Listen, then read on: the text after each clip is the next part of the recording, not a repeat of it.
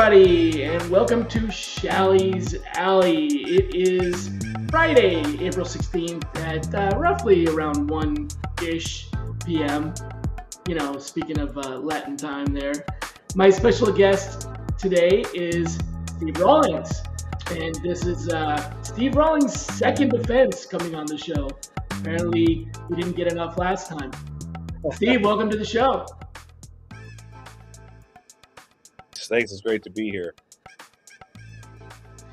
You had some interesting things to say that I wanted to talk to people about, and maybe a little controversial, and definitely impassioned controversial.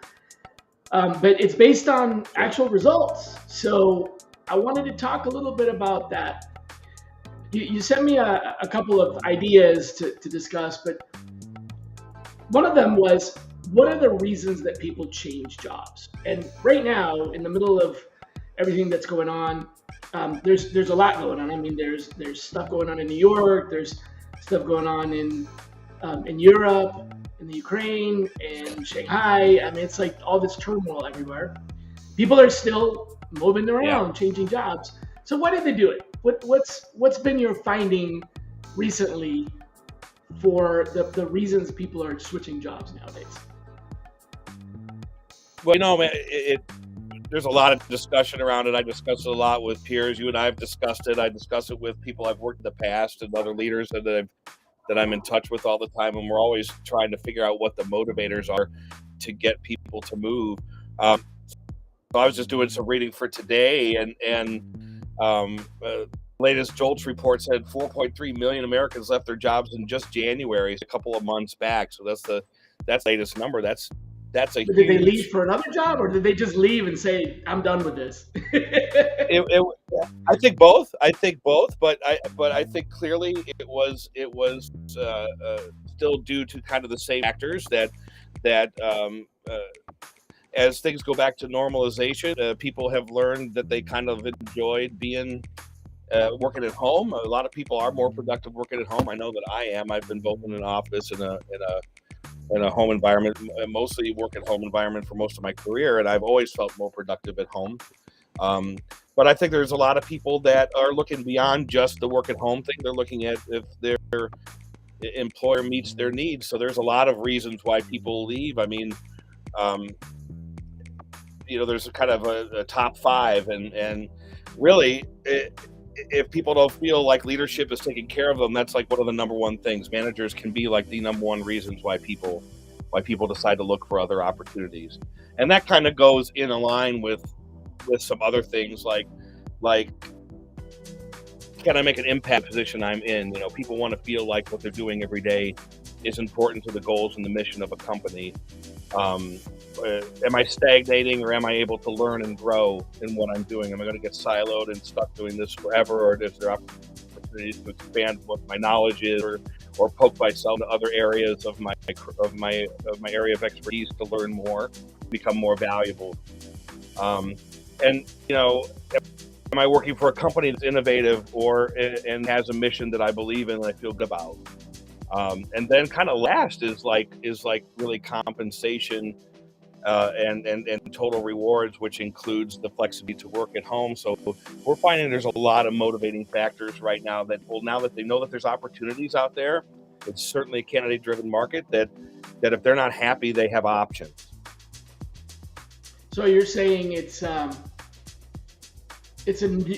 new thing? I mean, I always thought that people would switch jobs because of their leadership. I don't know if that's necessarily post-pandemic, or I don't know if we're still in the pandemic. Is that really a new thing? I mean, it's always been about that, hasn't it been? I've always talked about. Most current managers have always been the number one reason. Yeah, I was going to say exactly. Yeah, people don't leave companies; they leave people. That's right. It's always been number one reason to switch jobs. Yeah, so I think there's maybe just more of a comfort in doing it now because people know that there's opportunities, right? I think a lot of people out there have realized that they have options. I mean, I know that in certain IT sectors that I work in, some of these, even if you're a newer graduate, you're getting 15 or 20 recruiter touches a week. you have opportunities for interviews. You can kind of pick and choose which company you want to go work for, and so that's what folks are being picky, and they realize that they can be, and they're looking for that company that's going to fit what they need. Now, that doesn't mean that everybody should work at home. There are some people that thrive in an office environment. The Generation Z folks, so to speak, polls have shown that many of them tend to enjoy being in an office environment because they like the socialization and the synergy that comes out of that. So it really is up to the company to be able to meet the needs of a varying different kind of employee, depending on what they bring to the table, and figure out how they can adjust their culture and the way that they work to get the best talent they can. If that makes sense. Okay. All right. So is it, I guess my question is, what are you experiencing when you're talking to candidates that is more importantly for us as recruiters and boots on the ground doing the job, that is motivating them to look at the job, right? So they have options, like you said, lots of options, and they may be more aware of those options now, or they simply be more motivated because they realize, a lot of people are beginning to realize that you don't have, that you have a choice. You don't have to stay with an employer that doesn't treat you well, or whatever the reasons. But when you're reaching out, what is the conversion factor? What is it that you feel is getting them to respond to our outreach more than anything else? You know what I mean? When you're making first contact, what is you can't put all 5 of those in an outreach email on the first email. Hi, Steve. That's right. I'm interested in talking with you. Let me tell you, we have great leadership. You can make an impact here. You're going to learn. You're going to grow. You're going to have a great compensation package. I mean, that's it. Yeah, so what is it? Well, I've been struggling with that myself in this market. It's been challenging. I think that what I've experienced is that a lot of companies are very prideful of their product, especially in the tech startup space, and they have the right to be. They've been innovators. They've grown from literally an idea to several hundred employees. But I think that what I realized anyway was that, you're looking at the numbers, I think, believe it or not, last year was the largest number of unicorns ever. I think it was 480, if I'm remembering correctly. And the year before that was the largest number up until that point ever. And this was during COVID of like 250.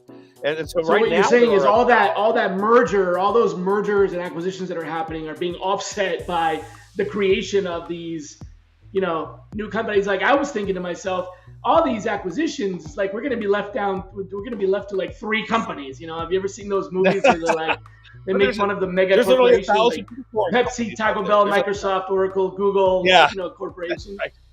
Kraft Foods, right? Yeah, Kraft, Pepsi, Motorola, Dell, HP, like whatever. Yeah. So you're saying that it's being offset? It is. I think so, because I mean, there was an article in Forbes I was reading. There's over 1,000 unicorn companies now, and so unicorn companies, remember, our companies are evaluated over $1 billion, and in the startup phases, and have a certain amount of funding, et cetera, et cetera. And there's 1,000 of those companies right now. So what does that mean? That means we've got 1,000 fantastic innovators with 1,000 new ideas of how to bring technology to the market. 1,000 visionary CEOs, and 1,000 companies that, quite honestly, are cash flush. They've got hundreds of millions of dollars in funding, which means that they can afford to be very competitive in the offers that they make when they're hiring.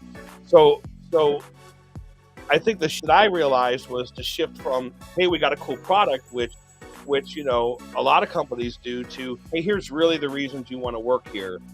Things like a Glassdoor score that's like a 4.7, 100% of employees saying that they feel psychologically safe in a built-in article that's written about them. So citing those types of things that say, hey, this is what makes us special. What makes us special is we take care of our people, we value them, there's opportunity here, not just saying there's opportunity, but here's what our people say about the opportunity they've experienced here. Here's what people say about our CEO. Here's how people feel psychologically safe, and to really, I kind of spoon feed them in a cadence of outgoing messages. A lot of people don't catch the first or the second, so I might mention one of these things in my first outgoing message, and then another one of these special things in the second, and it starts to paint a picture. And you can, and a lot of times people might not respond to the third outgoing message, but now they've kind of got a real complete picture of just all the ways that we're different, and that's what I'm trying to get across. And I think that's what's effective in getting people, on top of the cool product. We're a great place to be. Our people are great. We're, here's some things that people say of why they love being here. And that really seems to be attracting folks more than just the cool product of the tech. So good people, in other words, being surrounded by people. But how do you put that in an email, right? Like you send out a message or a LinkedIn email or whatever. Hey, we have great people. That back in the 90s when recruiters would be like, oh, we have great benefits. Yeah, everybody has great benefits. I mean, benefits are table stakes, So does that really, how do you say we have great people? What do you do to prove it? Well, one of the things I did, instead of trying to explain it, was I just went on the Glassdoor and screen captured the 4.7 star rating and 100%, the little graph that has 100% confidence in the CEO, 97% employee satisfaction, and stuck it in as my footer. So, it's hard to explain some things when a graphic can take it. One of the other things I went to was on our careers page and screen captured the part about how we take care of our people, the bullet points, the benefits, and unlimited PTO and things like that, and put that in as a footer for the second outgoing message. So, because some of these things are hard to explain, and you're better off employee testimonial video. There's a couple of those on YouTube that I've used about engineers and what's the cool thing about working on this kind of in this department. And pasted that in there. Here's what one of our here's what one of our employees had to say about working in the machine language. Yeah, testimonials have always been a good method, a good technique. There's actually a company called Spark Hire, and there's a few others like that are really good at helping organizations create testimonials for themselves using user-generated content. So it's like, you don't need a video department or a film crew. It's an app that goes on your mobile phone, and the hiring manager will literally just do a walkthrough of, here's the day of my job. And I saw a demo of the tool once, and they showed a video, which was an ad. It's not an ad, but it was created by this tool where it was a bomb tech. And the bomb tech's like, well, this is what my job is really like. It's like the kind of things you're not going to see that on a job posting. It doesn't really describe what it's like to That's brilliant. Get suited up in the big old, heavy suit and have the robot. And it's kind of cool. And it's a person doing the job. It's not an actor. It's not a film crew. That's right. It's the same kind of stuff that people see on day in the TikTok life and of, right? YouTube. Yeah. So that's a really good one. Absolutely. Hey, you mentioned. Talking about things like will I learn, will I grow? Am I going to just do a job, or is it busy work? My question for you is this, and maybe playing a little bit of devil's advocate, is it really the employer's responsibility that you grow professionally?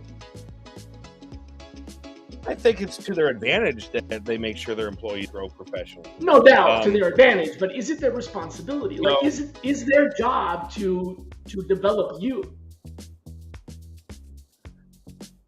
I can see your devil's advocacy. I think that is part of what any good employer should want to do. They should want to develop their talent so that they can become more valuable to the organization as time goes by. Or to their competitors when they leave. Well, but then it's up to them to find ways to keep them, to make sure that they are challenged. I think, again, one of the reasons that people leave is they feel like, they're just doing, busy work all day long, and they don't feel challenged. After folks do that for a while, they start to feel like they may be falling behind their peers as far as their skill level.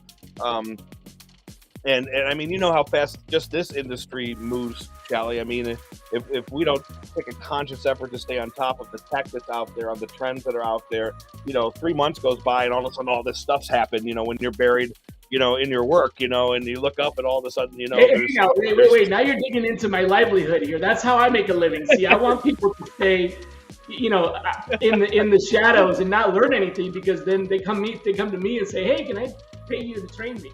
So no, but I get what you're saying. But I would say, but at the same time, you help a lot of people learn, man, and it keeps them relevant, and it keeps them competitive in doing what they do. And I think absolutely, but those are people who are taking companies hire you to that. And companies hire you to help their people do that. I think so. Yep. Here's my take on that. My philosophy on that is, I think the employer has a responsibility to provide the habitat for development, but I don't think it's their responsibility to conduct the development. In other words, what I'm saying is, I would like for my employer to give me the time to be able to do my own development. Some employers will pay for your degree, others will just pay for you to attend classes or just that kind of thing. But they're not the ones that are teaching it, right? And they're not encouraging you to go get a degree. If you want to pursue education, you can do that. So I think it's the employer's responsibility to make it possible or enable it or provide that habitat for me. But I don't necessarily think that my employer should be telling me I don't think they should be providing me career advice or direction right? Sure. So I almost have to you're coming from. Take the. But if somebody asks, people should take responsibility for themselves. Yeah. No, certainly people need to take the initiative and say, hey, I'd be really interested in learning, about this, or getting more involved in, the back end as opposed to the front end. If you're a full stack engineer or whatever, I'd really like to develop these skills more. Can I get on a project where there's, both front and back end, work, required, Right. Exactly. I agree. It's up to the person to have that curiosity. And the learning tools available to them, but then it's like the whole take a horse to water, but you can't force them to drink. You know what I mean?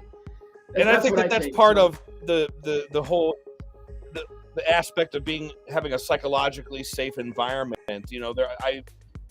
I've worked in environments where if you ask to do something different, it can be misconstrued as you're discontent with what you're doing, and have negative effect. So I think that amplifies the importance of having a learning environment, a commitment for to allow people to learn and grow, and having that psychologically safe environment so people can express curiosity and other things without it being taken as malcontentment in what they're doing. Right. Yeah. And that's important, because then if you have that kind of environment, then people don't speak up, and the learning and the development just doesn't take place, and people do tend to stagnate, which either they become content doing the same thing for a lot of their career and maybe never have the opportunities for advancement or growth, or feel because they feel like if they, I see what you're saying, right? So that's what you mean by psychologically safe. I was wondering about that because that can mean a lot of things. Yep. From inclusion to, and I'm sure they're all part of that. But I was curious about that statement, for sure. So well, I think a psychologically safe environment is someplace where there's a lot of companies that say we value transparency and we value new ideas and we value people that push back on the status quo, but do they? And then they punch you in the teeth when you bring in a new idea, right? Yeah. Yeah, it's easy to say it, but to really embrace it, I think is an altogether different thing. And that doesn't mean that you have to follow every idea that everybody comes up with. Not at all. There's still a strategic direction of the company, and leadership has to make the decisions that they think are going to be to their best interest as an organization. But to have a safe forum where that you're listened to, and that if you have a crazy idea, it'll at least be considered and maybe even attempted or tried, and regardless of its success or failure, you're encouraged to make those kinds of creative outbursts, so to speak, so risk. that new things do get to the table. With my team, here's an idea. With my teams that I've built and led in the past, one of the things I like to do is in their success metrics, one of the items, how usually you'll have 3, 4, or 5 areas that you how you rate your employees from meets to exceeds and so on. One of the areas that I like to include in there is contributions of new ideas. So I'm not just asking them to come up with new ideas. I'm actually putting it into their key performance measures to encourage them to do it. It's not a requirement. Okay, there's not a quota of new ideas. Like you must have one new idea every week, because that's just going to create busy work. But it's in there where it says you can actually increase your rating. If you're at meets, you might get exceeds if you have provided. So I'm allowing them the room to do that. I'm encouraging them to do that, and I'm even making room for a certain portion of their time to be dedicated to taking new initiatives that do not have a proven result, a proven outcome, so they can go out and experiment. And they're not held back if they don't do it. And the other side of that is the actual hard numbers, because you have to have these in these. If you don't have hard numbers to reach, like if you say, must improve your conversion rates or whatever, by how much? Like by 3%, by 10%? So what I'm doing in the hard numbers of, for example, candidates converted or candidates accepted, that kind of thing, I'm reducing that appropriately to leave room for the other. So what I'm saying is, Steve, that you could, I'm making up a number here, that if you were all cylinders firing, full horsepower, if you were doing nothing but sourcing for 8 hours a day, 40 hours a week, or however long your work week is, that you could produce, let's say, 20 qualified interested candidates for these difficult positions per week, if that's what you were doing, right? But now, if we expect you to take a little bit of a risk and try new things, I can't hold you to the same 20. So I reduce that a little bit, right? So I'm making room in my expectation of outcomes, because one of those outcomes, a smaller portion of it, but one of those outcomes is these new ideas. So that's how I've done it. Because the other thing that I find is that organizations add all these look like benefits. Sure, we'll encourage you to take a course. We'll encourage you to experiment, but you still got to do your regular job for you still have to achieve everything else everybody achieves. So if I want to develop, if I want to move forward, I literally have to overperform by a huge factor. I have to overperform everybody else so that I have time to do these other things. That's what I'm saying is, it's if you're putting it in and make the time to do those other things, right? Exactly. You gotta leave the room in there. Schedule a bi-weekly training call, or a bi-weekly, let's all gather, if you're on site, let's all gather at the conference room, bring in sandwiches, and we're going to dedicate that to, quiet study or whatever. You just make room for it and measure for it, so you're not disincentivizing people. Because the other side of that, of course, is, hey, if I want to exceed, if I want to not just meet my goals, but I want to exceed them, then I might have to actually work harder in order to do any of the things that are positive for my development. Yeah. I totally agree with that. Yeah, you know what I'm saying. It's not about I'm not saying that we have to coddle people or cut their expectations in half, because we gotta but you adjust for it appropriately. The problem is that you have to actually know what production looks like. You have to know, and in our industry it can be really tricky, especially in sourcing. I find a lot of organizations feel like sourcing needs to be measured by the number of hires, which is completely inappropriate. Not to get off topic, I know we're talking about other stuff, but it is. Yeah, if you're measuring somebody by, it's economics. It's a whole concept of economics. If you're measuring somebody by a particular number, then you know what? That's what they're going to work towards. Because that's where the incentive is.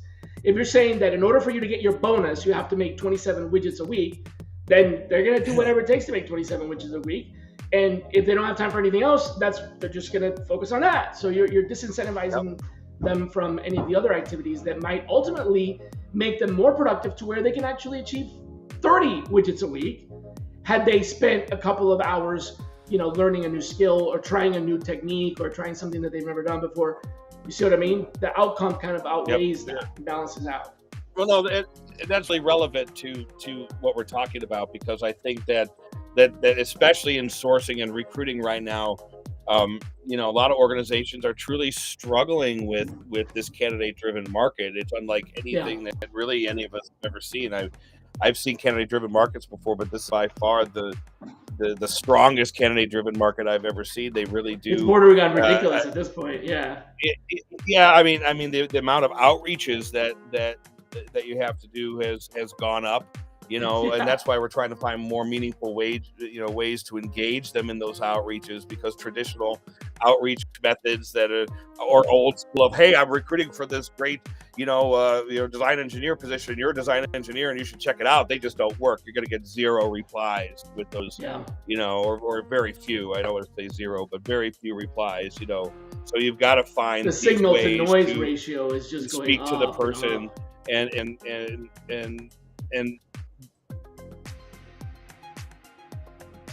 I mean, I don't know about you, but my emails and in-mails are so full that I don't have time to go through them every day. No, and people don't. So when I go through them so quick, it's got to be something captivating. It's got to be something interesting that catches my attention, or it just whizzes by. And I think we're all in the same boat. We're all working hard, and even if we're in the job market, we're looking to just want to make that move. And it's up to us as sourcers to speak to that, and I think that special something is really about, the humanity of working, not the product of working or the process of working, but the human factors are what people have found coming out of this COVID thing, where everybody had to work at home for a while.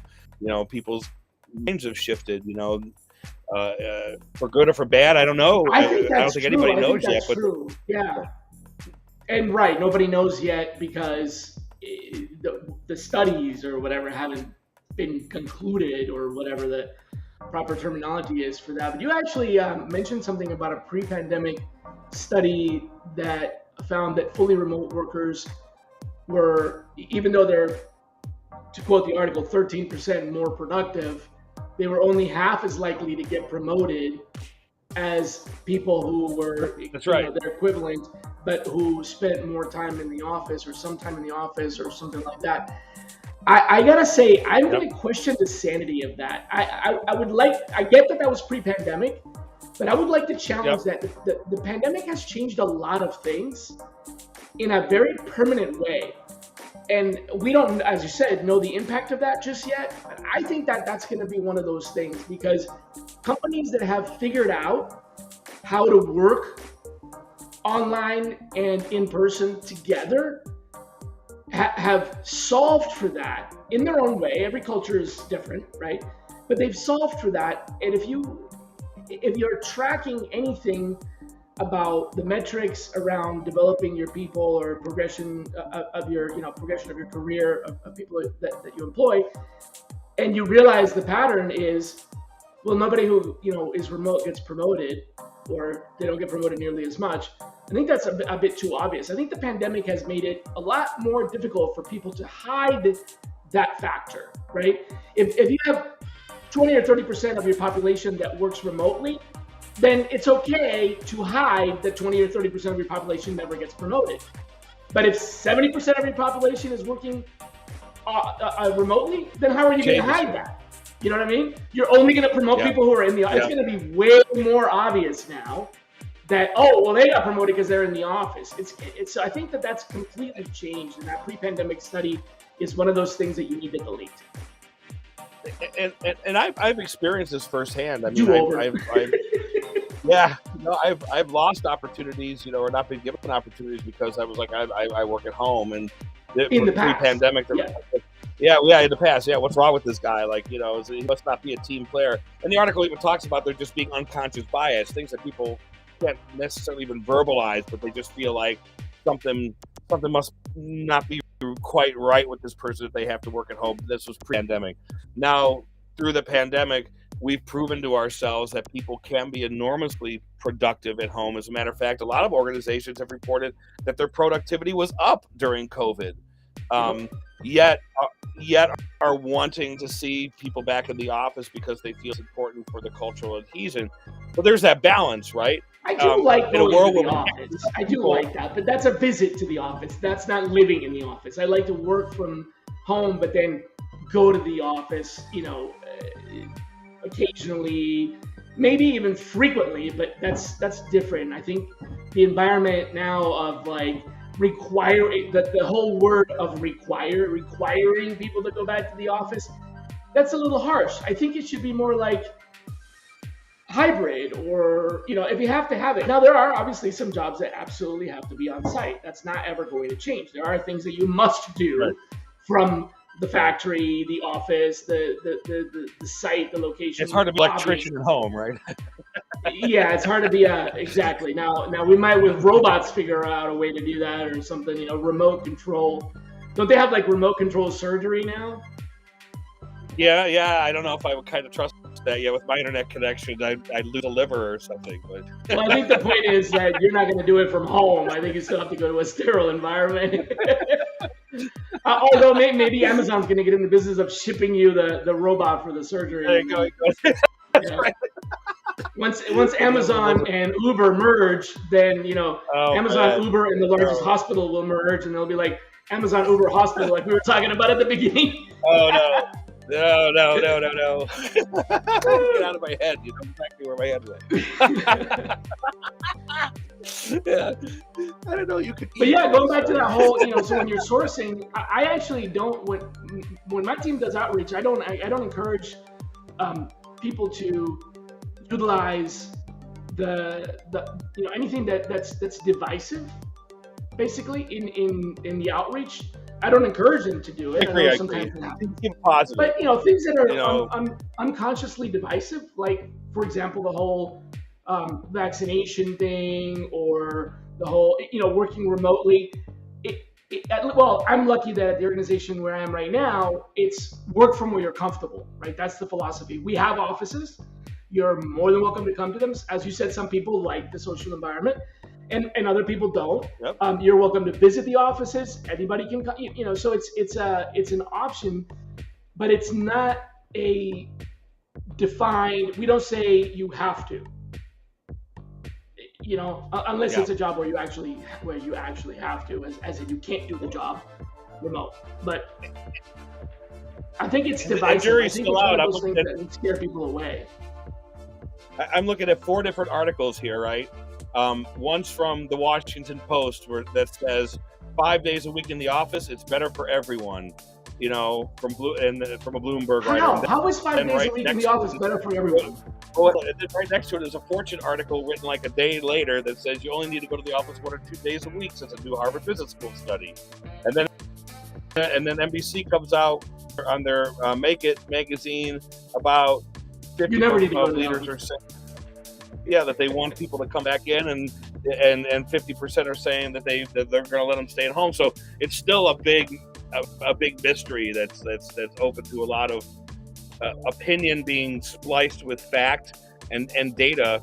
I don't think that you can ignore the data that there's a certain amount of product work at home. I know that for me, I find the office environments to be distracting personally. For me, there's with people stopping by your office, and when I get into focus time and doing what I do, I can get an awful lot of work done if I have a few hours where there's no phone ringing, there's no one knocking at the door, there's no office event that you have to go and stand and attend to, because if not, you're not being a team player or whatever. No water chats, no yoga at 3:30 in the afternoon or whatever, and I find that I can get a lot more done. But then some people enjoy those environments, and I can appreciate that. So I agree. I think that they really have to look at they have to balance the personal needs of somebody that they feel is going to be a valuable, productive member of the team, versus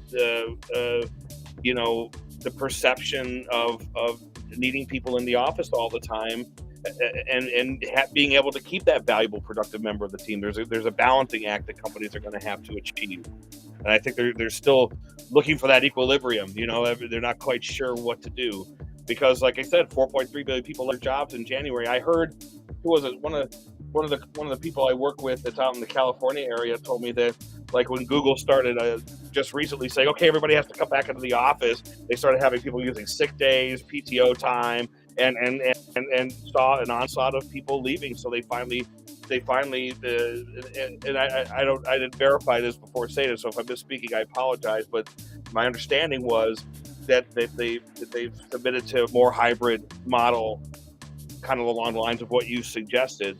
You know, coming into the office sometimes, you know, important events, you know, whatever, team meetings, blah, blah, blah, blah, blah, but not necessarily meaning that they have to be in there all the time.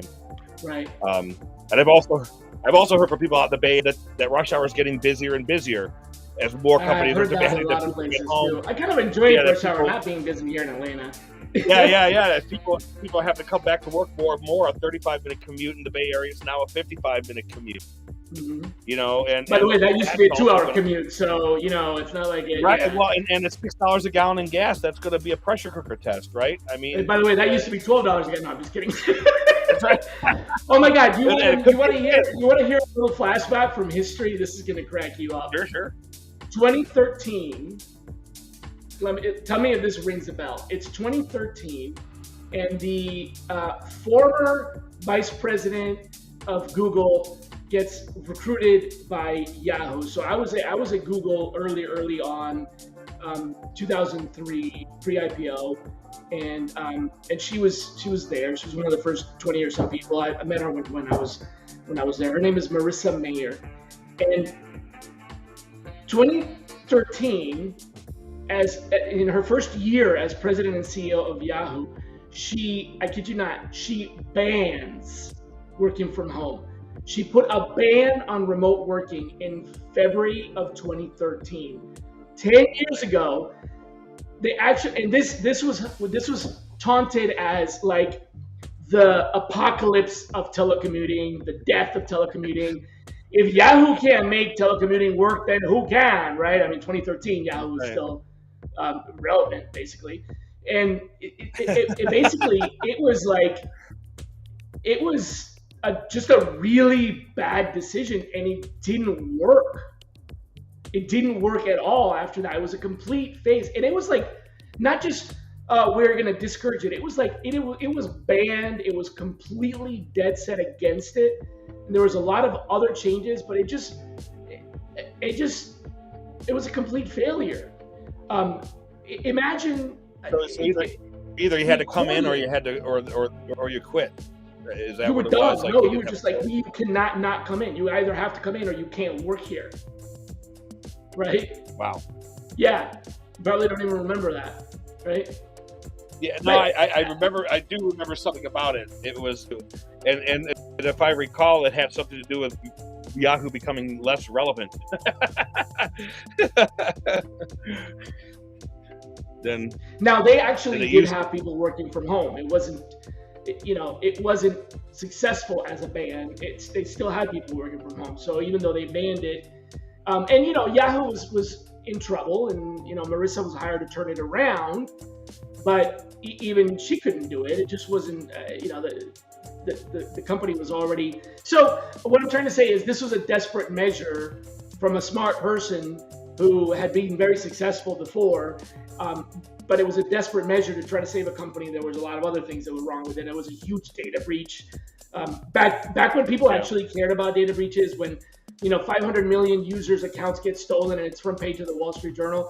Nowadays, 1 million or 2 million or 5 million or 100 million user accounts get stolen and nobody even blinks. I don't know if you remember this conversation in the middle of the pandemic. LinkedIn, you and I talked about this. LinkedIn had 97% of all of their accounts stolen, and because of that, I don't know if you remember this, because of the breach on LinkedIn, for about 2 hours, the people who had access to this had access to my Facebook account, because my Facebook and LinkedIn were tied together, so I could authenticate into one with the other. So I get a message from Facebook saying, "Is this you trying to log in?" On my phone. Like literally about an hour after the breach, I get a message and I click, "No, that's not me." Lock my account. But by then it was already too late. So all it took was Wow. maybe 1 or 2 hours between LinkedIn's data breach and my Facebook account getting stolen, and it's never ever been able to be recovered again. To this day, I have all of my Shally's Alley, an entire library of courses, an entire everything, all my pictures for years and years from social and all that. It's all gone because I cannot recover my account because Facebook refuses to let me authenticate, even though I've uploaded my passport, my utility bills, my driver's license, because the person who stole my account changed my cell phone number. That's all they did. They changed my cell phone number to theirs. So whenever I'm trying to authenticate, it sends a text message to that account, and I'm done. And that was LinkedIn, but nobody even sneezed at it. It was like no big deal. So 2014, 500 million accounts was a big deal. So anyway, the point is, the whole working from home thing and not working from home didn't save Yahoo. And it wasn't Marissa's fault. Yep. Although I do wish that Marissa would change her profile picture, because the profile picture on LinkedIn is the same Google ID profile picture from when she was at Google in 2012. It's the same picture. Wow. I remember because I was there, right? So it's like, oh my God, update it, please. Well, I mean, it's a change of terrain. About that same time, I was taking my nephew out to San Francisco for his high school graduation present, and we were riding the train from the airport to downtown with these two guys that just came up with this really cool app, and it was to like be able to get like a car and a ride if you wanted one without using a taxi cab, and they were like showing me this on their phone. And I'm like, well, how many cities are you in? And they're like, well, right now just San Francisco, but we're going to grow. We'll be across the country soon. And I swear to God, it was the two guys that started Uber right there in the train with us that we were riding. It was about 2012 they got Uber off the ground. And I was just laughing like, okay, yeah, sure. I'd have to go pick up a car. Okay, yeah, there's taxis for that. That's where your mindset is. And now here we are 10 years later, and look at what Uber's accomplished, and so I was just kind of giggling to myself. Oh yeah, okay, that's really cool. You can go get a car in San Francisco. How cool. Oh, it shows you where you are on a map and where your car is. And I'm like, yeah, okay, that's interesting. It sure was. You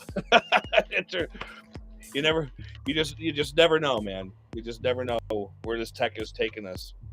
And I think that's why companies have to be open to understanding that right now productivity, building it, is where it's at. In that book that's behind me, Talent Wins, it talks about like the three legs of a stool of a successful like IT startup. One is the CEO and the vision and the product and the idea, which is important to be focused and relevant. Two is the CFO and the ability to raise capital and manage finances so that they have money to run and grow the company. But the third leg, which I think sometimes is underappreciated, is that talent leg. You can have the best idea in the world and all the money to fund it. If you don't have the people to build it, you have nothing. And I think that's the challenge that companies are facing right now, is that third leg of the stool. We've got fantastic CEOs out there with amazing vision and incredible products and ideas, and there's an awful lot of money. There's 1,000 unicorn companies, and our challenge now is finding the people to build these things and competing for that talent and making sure that vision can be actualized, because if not, all the money in the world won't build it by itself. It's going to force companies to rethink. Okay. That's a good point. That's a good point. Yeah, man. Well, this has been fun. I just realized we're way over time, which happened last time, by the way. Every time you come on my show, yeah, we just get yapping and telling jokes. Yeah, but as usual, very fun, very informative. Great job with the HRTX presentation that you did, by the way. Bravo. Cool. Just some groundbreaking stuff. I'm glad it was well received, man. I was hoping that it would be so. Well, at least I was watching. You had at least one person watching. I'll tell you that. Well, you know, as long as someone liked it. We probably have at least 2 people watching this show because there's you and I. Maybe, well, Glenn is making a comment. So they have 3 people watching the show. So I guess that's good. That's cool. Oh, man. It's always a pleasure. Well, anytime that you want to spend an hour of your day rapping with me, I'll be here. All right. Thanks a lot. Appreciate it. Bye, everybody. Have a great weekend. Happy Passover and happy Easter, Friday, Good Friday, and all those good things. So enjoy. Take care. Thanks, Shally. It's good to see you as always. Bye, everybody.